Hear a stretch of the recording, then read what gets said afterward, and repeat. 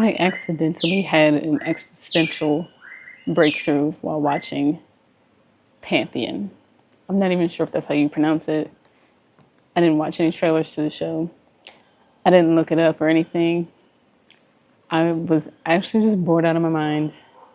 And I went on ChatGPT and I have a thread specifically for movie and show suggestions. And I was like, based off what you know about me, please suggest me 5 TV shows and 5 movies. And I didn't want to watch movies, so I went to the TV shows, and that was the top one. And I was like, okay, fuck it, let me watch it.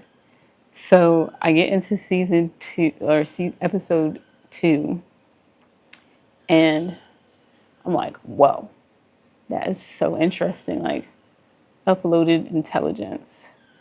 And let's be real, we probably trying to do that somewhere. Like, and so after the TV show, after the episode, I go to chat because I'm like, this is interesting. Hold on, I gotta ask her some questions. Sequoia, the only one here with me, is not usually into this stuff in the way that I am. So I was like, I'm gonna talk to the only person I got right now. AI. And it started off about the show, and I'm looking at my notes here. But then it evolved into like consciousness, AI, then God, fear, identity, health, and just like the overall nature of reality. And I was like, wow, like, how did I get here? Like, I was asking Chad, do other people use you like in the same way that I do? Or am I the odd one out? And it said for 80% of like my conversations, or maybe even more, yes, I typically use chat in the same way that everyone else does. But in a few, I don't. I'm like a rare percentage. And I was like, oh, and I'm taking this with a grain of salt. I really don't know. Because like, I have no data to back this up. Anyway, I asked it after this whole conversation, like, hey, I want to make this into a YouTube video. And like, I don't want to have to scroll through all this. So can you please give me back like the big realizations that have occurred during this conversation so I can talk about them? And it gave me a list of 10. I don't know if I'm going to talk about all of them. I'm going to talk about some of them at least. And so the first one is fear. The fear wasn't about knowing more. It was about the game ending. And so like, yeah, what does that mean? So for me, at some point, I don't know when, I adopted this belief that if I ever truly like awakened, woke up, was able to access unity, consciousness, God, source, whatever you want to call it, the universe, what I often like to refer to it as, that somehow life here would just like be like game over, mission complete. And and because I created that belief, it scared me. I was like, well, I don't want the game to end. Like, what do I do after? And it made me hesitant, or should I even go even further? Like, it made me fear enlightenment, right? So I was like, do I even want to be enlightened? Like, and to me, of course, I created this whole meaning of what enlightenment even means, because I don't even know. But the meaning I gave enlightenment was, if I know everything, will I even want to be here? Will this experience be as pleasurable and fun and exciting as it's been? I don't even know if I want that. And so that's the belief and mindset I've been walking around with for I don't even know how long, because I didn't even know that belief was there. I uncovered it in a conversation with ChatGPT after watching an animation. So I was walking around with this belief like it was truth and making my decisions based off this illusion. And I was like, whoa, what the fuck? So then, of course, I had to keep going. So then that led to, well, since that's a belief I created from I don't know what, then I had to explore the other side because the one side is like the game ends. And it was like, what if it doesn't? What if it continues? What if there's like part two of the game? What if there's another level? You know, different skins unlock, like different abilities, different storylines, you know, like it never occurred to me that there could just be more. I don't know. Oh, I gotta shift. I don't know why everything ended after, oh, I've reconnected with God. So like shit's done. Nothing else to do here. Like I don't even know where I got that from. So it's just amazing what the mind does, like to make sense of things. Like I guess that's what I put in place because I didn't know. So maybe I was uncomfortable with not knowing, and so I created a situation where I did, but like that wasn't truth. That was just like a theory.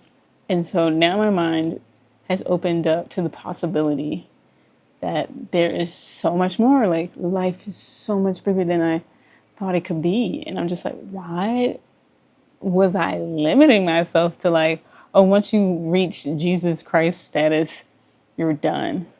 Like, what if I reach Jesus Christ status and I'm like, you know what? I'm over here parting the seas and shit, moving mountains, like over here, ATLA, bending elements and stuff. Like, what if I could just have fun? What if I'm teleporting? What if I go to a new planet? Because now I could just be my consciousness. I don't know why I was just so limited and just like came over. So now I have like this, I don't know, it's like if I'm explaining life like a video game, I'll keep that analogy going. It's like the map. Like I just unlocked different parts of the map that I have never seen and never been to before. And now I'm like, oh wow. And then I still have like quests and things I gotta do in the part of the map that I've been at from jump. And I'm just like, wow, there's so much. And even then, even beyond that, there could be more. But I don't even know because I haven't gone to the other places. I haven't unlocked them. And I don't know, like, like maybe everybody else is already in this mindset, but I wasn't. It took being in Costa Rica bored out of my mind, asking Chat to watch a TV show to figure this out. And I think I kind of was hinting at this. So the third thing was the unknown isn't automatically dangerous. Because I was like, well, why did I make this ending up? And I was saying how, you know, maybe because I was uncomfortable with not knowing. Or maybe I assumed some other part would be dangerous. So I created this known. Like it just ends. I mean, it's not necessarily dangerous. It just ends, right? It's just because I don't know doesn't mean it's going to be dangerous. I don't know anything really when I think about it.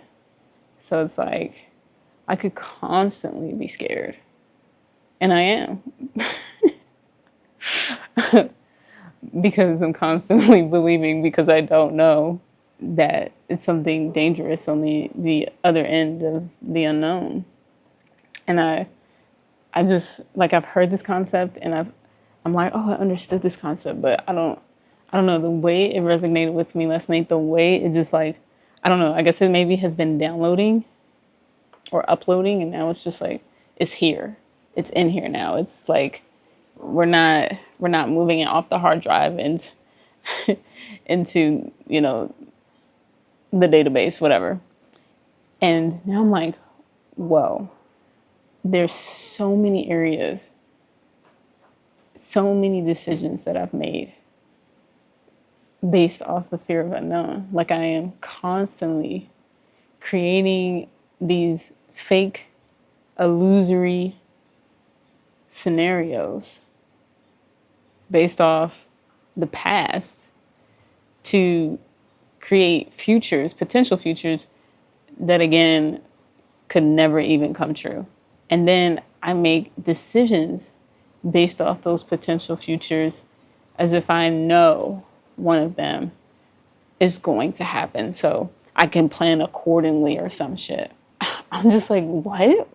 what have I been doing? I even think about it like just like living on a daily basis. I'm like, oh, for example, I'm having this like back and forth for bread now. Like I didn't have bread in my diet for like a year. It's been back in for like since I got to Costa Rica. But now I'm in a place where I have way too much access to it. So it's been a little crazy. It's been like every day. My stomach's been going crazy. Farts are insane.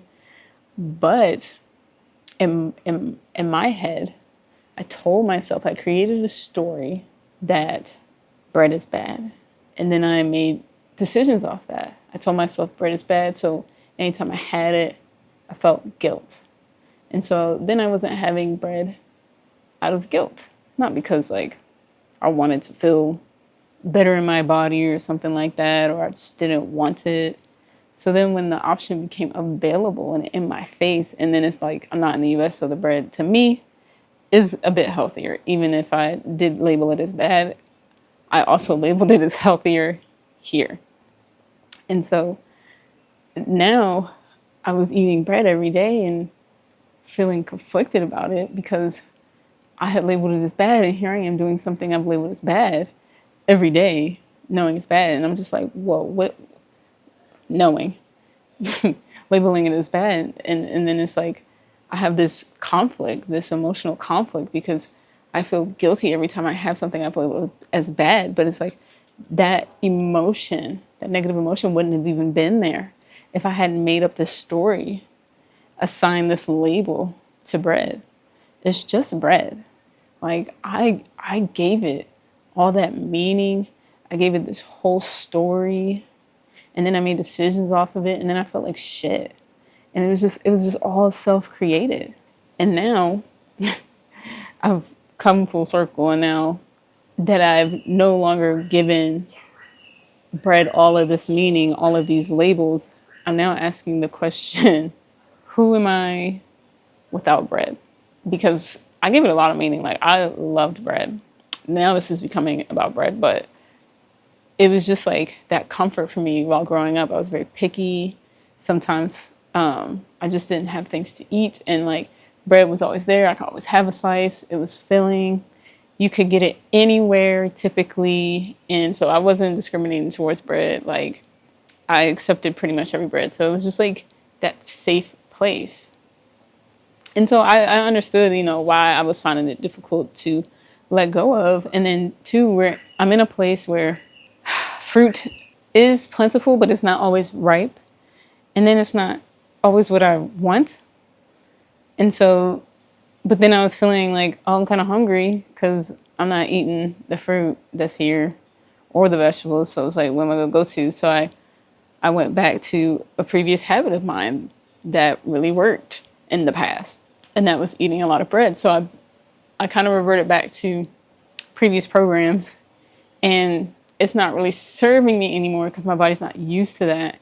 And so now I'm feeling discomfort every time pretty much I have it, instead of like what I used to feel, which was like this sense of safety. And I used to tell myself like, I can't let go of bread. Like, I love bread. And I was like, I don't understand like why I can't let it go. Like I just didn't understand. Like, I would let it go for a really long time, and then like it come back in, and then it's like I can't just have a piece, y'all. Like, if there's a loaf in my face, the loaf is out of here. It's not sticking around for a couple days for a few sandwiches. No, I'm eating it all in one night. So I was like, this cannot be. Like, I need balance. And this conversation with Chat somehow led to balance. Who am I without bread?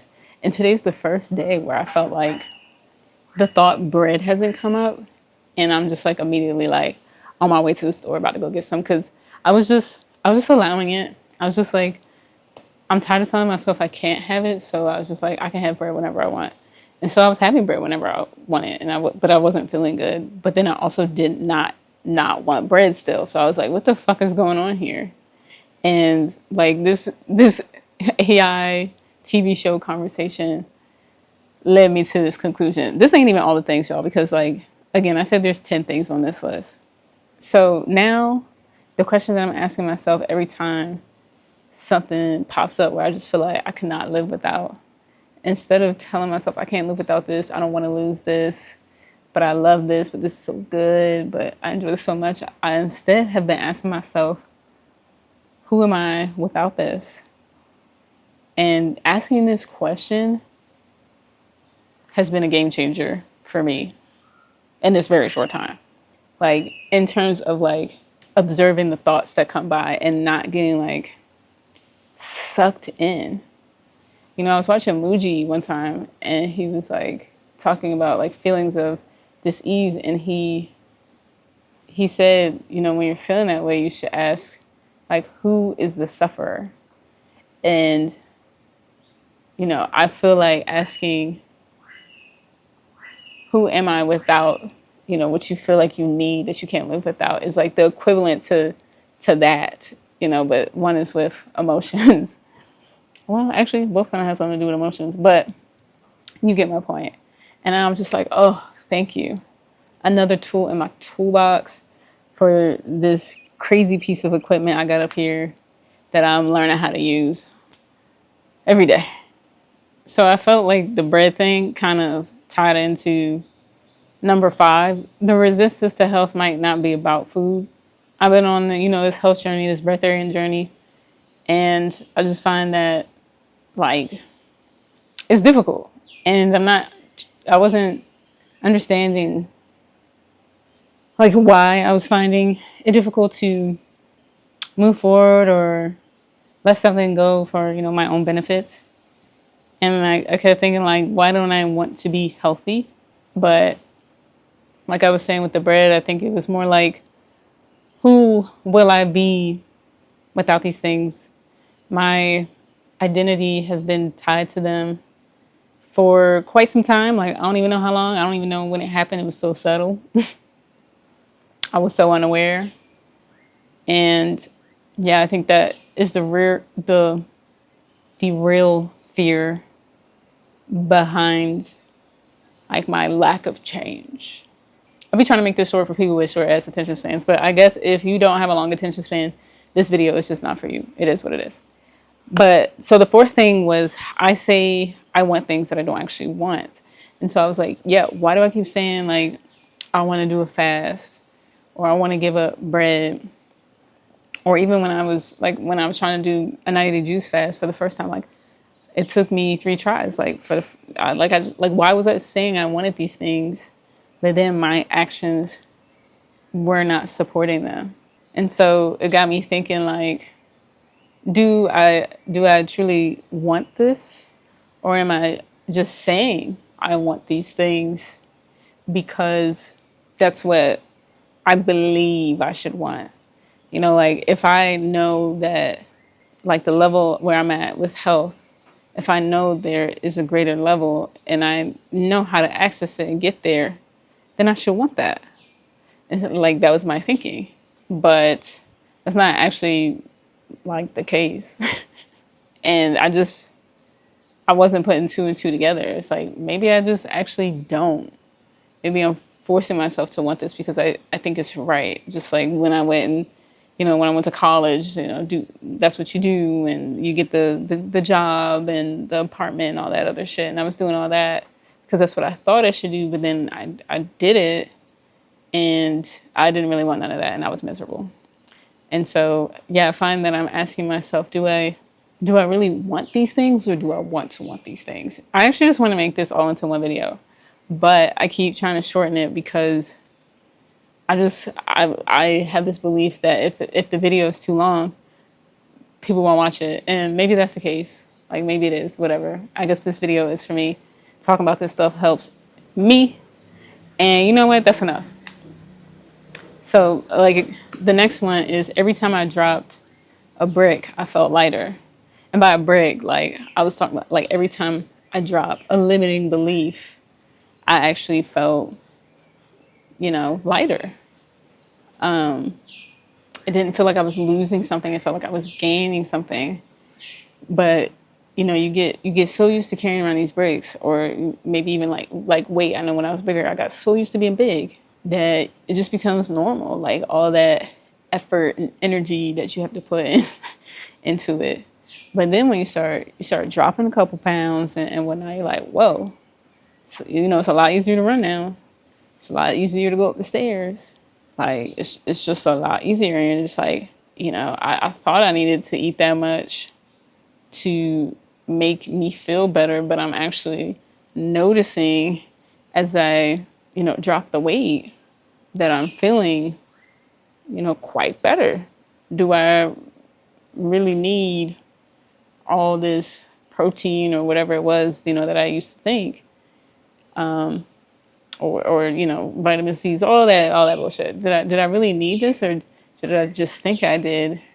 And I've been operating off that. And then it got me thinking, like, basically how much am I carrying because I forgot I can put things down.